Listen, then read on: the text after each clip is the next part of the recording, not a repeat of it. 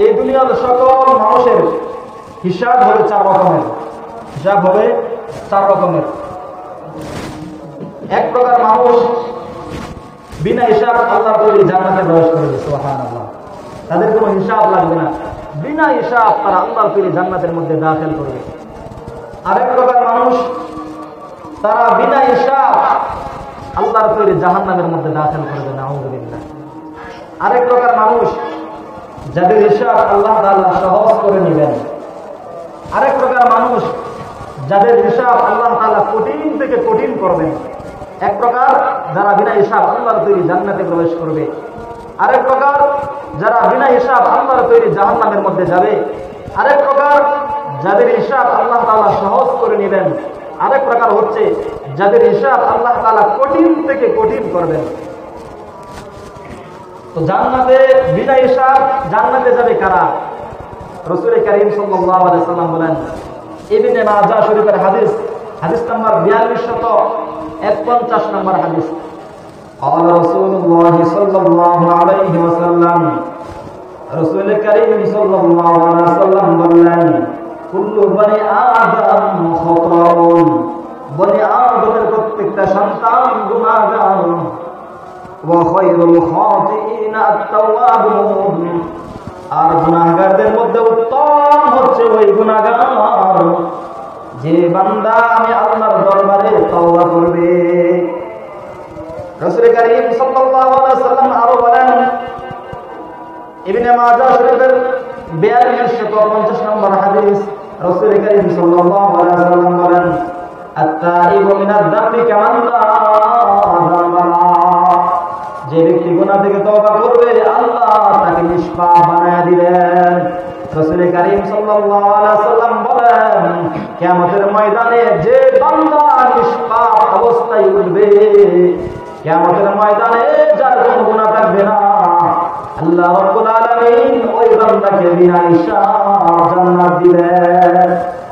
তাহলে আমরা জানতে পারলাম বিনা হিসাব জান্নাতে যাবে কারা? যাদের কোনো গুনাহ নাই, যারা দুনিয়াতে তওবা করে মারা যাবে, তওবা অবস্থায় মারা যাবে, তাদের কোনো গুনাহ থাকবে না। আর যাদের কোনো গুনাহ থাকবে না, রাসূল বলেন আল্লাহ তাআলা তাদেরকে বিনা হিসাব আল্লাহর তৈরি জান্নাত দিবেন। সুবহানাল্লাহ। তাহলে আমরা জানতে পারলাম বিনা হিসাব জান্নাতি কারা? যাদের কোনো গুনাহ নাই, যাদের কোনো গুনাহ নাই, যারা তওবা অবস্থায় মারা যাবে, তওবা করতে করতে মারা যাবে। এই জন্য রাসূল কারীম সাল্লাল্লাহু আলাইহি ওয়াসাল্লাম উম্মতদেরকে তওবা শিক্ষা দেওয়ার জন্য রাসূল বলেন, হে আমার উম্মতেরা, আমি রাসূল প্রতিদিন 100 বার আল্লাহর কাছে ইস্তিগফার করি, তওবা করি। মুফাসসিরিন کرام বলেন, এই হাদিসের দ্বারা উদ্দেশ্য কি? রাসূল উম্মতদেরকে শিখিয়ে গেছেন, হে উম্মতেরা, আমি নবীর কোনো গুনাহ নাই, আমাদের সব গুনাহ আল্লাহ মাফ করে দিয়েছেন। তারপর আমি 100 বার করে আমি আল্লাহর দরবারে তওবা করি। হে আমার উম্মত, তোমরাও প্রতিদিন বেশি বেশি করে তওবা করো। রাসূল কারীম সাল্লাল্লাহু আলাইহি ওয়াসাল্লামের হাদিস এটাই প্রমাণ করে যেন আমরা বেশি বেশি তওবা করি, যেন আমরা বেশি বেশি তওবা করি।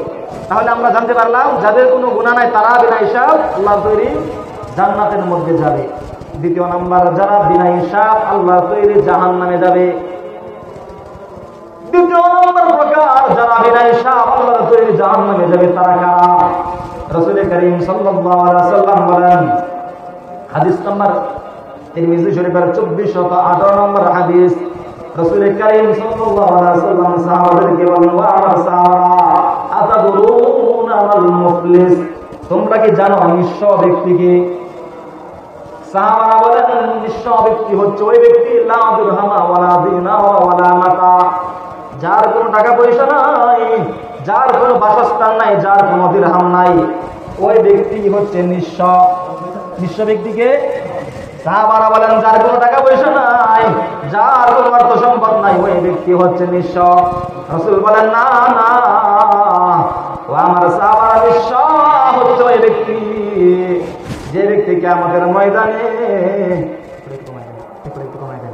যে ব্যক্তি কিয়ামতের ময়দানে উঠবে নামাজ নিয়া, রোজা নিয়া, হজ নিয়া, যাকাত নিয়া, কিন্তু সে মানুষকে গালি দিয়েছে, মানুষের হক নষ্ট করেছে, রাসূল কারীম সাল্লাল্লাহু আলাইহি ওয়াসাল্লাম বলেন ওই ব্যক্তিটাই হচ্ছে নিঃস্ব। অর্থাৎ দুনিয়াতে সে মানুষকে গালি দিয়েছে, গালি দেওয়ালা তার কাছে আয়েশা বলে, আল্লাহ এই বান্দা আমাকে গালি দিয়েছে, বল আমার পাওনা দেওয়ার জন্য। রাসূল বলেন সে দুনিয়াতে মানুষের হক নষ্ট করেছে, প্রতিটা পাওনাদার পাওনা নেওয়ার জন্য তার কাছে আসবে। রাসূল বলেন তার নেকি দিয়ে সে পাওনা পরিশোধ করবে, পাওনা দিতে দিতে তার নেকি সব চলে যাবে। রাসূল বলেন ওই ব্যক্তিটাই আল্লাহর তৈরি জাহান্নামে বিনা হিসাবে যাবে। যার কোনো গুনাহ, যার কোনো নেক আমল থাকবে না, সেই বান্দা বিনা হিসাবে যাবে জাহান্নামে। তাহলে এই হাদিসের মাধ্যমে আমরা জানতে পারলাম আমরা যে টুকটাক নেক আমল করি এগুলা নষ্ট হয় মানুষের হক নষ্ট করার দ্বারা। মানুষের যদি আমি হক নষ্ট করি তাহলে আমার ইবাদত কি হয়ে যাবে? নষ্ট হয়ে যাবে। এক নাম্বার, রাসূল বলেন যারা আমার দুনিয়াতে মানুষের হক নষ্ট করেছে তারা কিয়ামতের ময়দানে আল্লাহর তৈরি জাহান্নামে বিনা হিসাবে যাবে। যারা মানুষের হক নষ্ট করবে তারা বিনা হিসাবে কোথায় যাবে? জাহান্নামে যাবে। রাসূল বলেন যাদের কোনো নেক থাকবে না, পাওনা দিতে দিতে সব আমল শেষ হয়ে যাবে, তারা বিনা হিসাব আল্লাহর তৈরি জাহান্নামের মধ্যে যাবে। রাসূল বলেন যারা মুরতাদ তারাও বিনা হিসাব জাহান্নামে যাবে। মুরতাদ যারা তারাও বিনা হিসাব আল্লাহর তৈরি জাহান্নামের মধ্যে যাবে। প্রশ্ন, মুরতাদ কারা?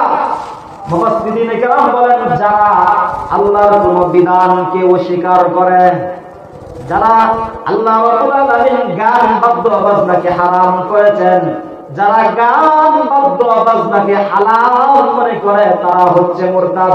রাসূল বলেন যে মুরতাদ হয়ে মরবে ওই মুরতাদ ব্যক্তিটা কিয়ামতের ময়দানে বিনা হিসাব জাহান্নামের মধ্যে যাবে। তাহলে যারা মুরতাদ তাদের ঠিকানা হচ্ছে বিনা হিসাব জাহান্নাম। দুই প্রকার। তিন নম্বর প্রকার, কিছু সংখ্যক মানুষ রয়েছে যাদের হিসাব হবে সহজ। যাদের হিসাব কি হবে? সহজ। রাসূল কারীম সাল্লাল্লাহু আলাইহি ওয়াসাল্লাম বলেন কিতাবের নাম সহিহুল জামি', হাদিস নাম্বার 2573 নম্বর হাদিস। قال رسول الله صلى الله عليه وسلم, রাসূল কারীম সাল্লাল্লাহু আলাইহি ওয়াসাল্লাম বলেন أول ما يحاسب به العبد يوم القيامة الصلاة। কিয়ামতের দিন প্রত্যেকটা বান্দার, প্রত্যেকটা বান্দির সর্বপ্রথম আল্লাহ তাআলা নামাজের হিসাব নেবেন। কিসের হিসাব? নামাজের হিসাব।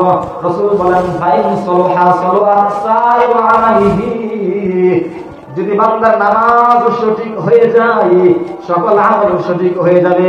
রাসূল বলেন যেই বান্দার নামাজ সঠিক থাকবে আল্লাহ তাআলা তার হিসাব নেবেন সহজ করে। তার হিসাব সহজ কাদের হবে? যাদের নামাজ ঠিক, যাদের পছন্দ নামাজ ঠিক হবে তাদের হিসাব হবে সহজ। রাসূল বলেন ওয়াইন ফাসাদাত, আর যদি নামাজ নষ্ট হয়ে যায়, পাঁচ ওয়াক্ত নামাজ যদি সঠিক মতো আদায় না পাওয়া যায়, রাসূল বলেন ফাসাদাত সাইরু আমালিহি, সকল আমলকে আল্লাহ তাআলা বাতিল করে দিবেন। রাসূল বলেন যাদের নামাজ সঠিক তাদের হিসাব সহজ, যাদের নামাজ সঠিক নয় তাদের হিসাব হবে কঠিন।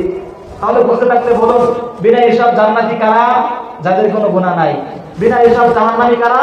যাদের কোনো নেক আমল নাই, নেক আমল করেছিল কিন্তু বান্দার হক নষ্ট করেছে। বান্দার হক নষ্ট করার কারণে প্রতিদান দিতে দিতে তার নেকি সব শেষ হয়ে গেছে, গুনার বোঝা মাথায় নিয়ে বিনা হিসাব সে আল্লাহর তৈরি জাহান্নামের মধ্যে প্রবেশ করেছে। তিন নাম্বার, হিসাব সহজ কাজের, যাদের নামাজ সঠিক হবে। হিসাব কঠিন কাজের, যাদের নামাজ সঠিক হবে না তাদের হিসাব হবে কঠিন। এখন একটু চিন্তা করি আমি আপনি, যে আমি আপনি কোন কাতারে, চার প্রকারের কোন প্রকারে আমি আপনি আছি? চার প্রকারের কোন প্রকারে আমি আছি? রাসূল কারীম সাল্লাল্লাহু আলাইহি ওয়াসাল্লাম বলেন যাদের হিসাব সহজ হবে এবং যাদের হিসাব কঠিন হবে আল্লাহ তাআলা তাদেরকে 5টা প্রশ্ন করবেন। কয়টা? যাদের হিসাব সহজ, যাদের হিসাব কঠিন, আল্লাহ তাআলা তাদেরকে 5টা প্রশ্ন করবেন। তিরমিজি শরীফের 2416 নম্বর হাদিস। قال رسول الله صلى الله عليه وسلم, রাসূল কারীম সাল্লাল্লাহু আলাইহি ওয়াসাল্লাম বলেন লা তাযুলু কদামা ইবনু আদম, কিয়ামতের দিন বনি আদমের সন্তান এক পাও সামনের দিকে অগ্রসর হতে পারবে না। যেখানে দাঁড়াবে সেইখানেই থাকবে ইনদা রাব্বিহি, তার প্রতিপালকের সামনে, হাত্তা ইউসআলা আন খামসিন, যতক্ষণ পর্যন্ত তাকে 5টা প্রশ্ন করা না হবে। কয়টা প্রশ্ন? প্রত্যেকটা বনি আদম আমি আপনি আল্লাহর সামনে দাঁড়িয়ে থাকবো, সামান্য চুল পরিমাণ সামনে অগ্রসর হতে পারবো না। রাসূল বলেন 5টা প্রশ্ন করা হবে। কয়টা প্রশ্ন?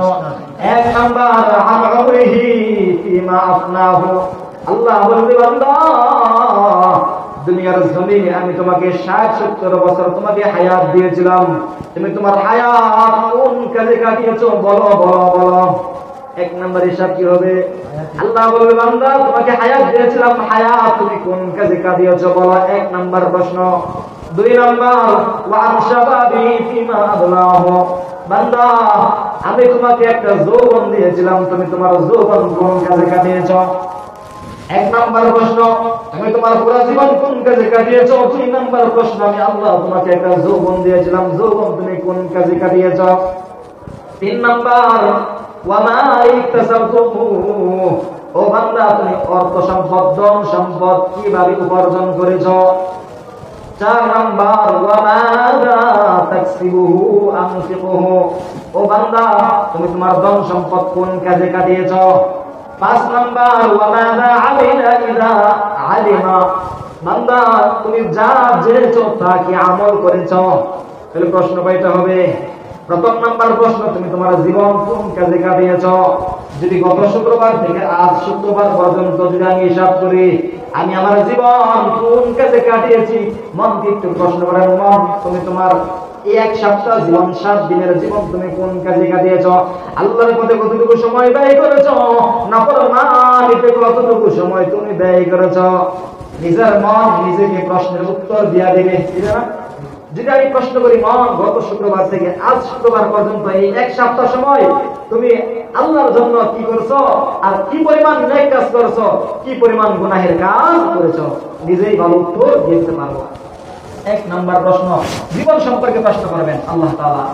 2 নাম্বার যৌবন সম্পর্কে প্রশ্ন করবে আল্লাহ। বলবেন বান্দা এত সুন্দর তোমাকে আমি একটা যৌবন দিয়েছিলাম, তুমি তোমার যৌবন কোন কাজে কাটিয়েছো। অনেক যুবক ভাইরা নিজের যৌবনকে গুনাহের কাজের মধ্যে কাটিয়েছে, নফস যা চাইতেছে তাই করতেছে। হ্যাঁ যুবক ভাইরা, হ্যাঁ যুবতী বোনেরা, আপনারা শুনুন, আল্লাহ রাব্বুল আলামিন যৌবন সম্পর্কে প্রশ্ন করবে বান্দা তোমাকে আমি যৌবন দিয়েছিলাম, তুমি কোন কাজে কাটিয়েছো, গুনার কাজে নাকি আমি আল্লাহর ইবাদতের মধ্যে, কোন কাজে।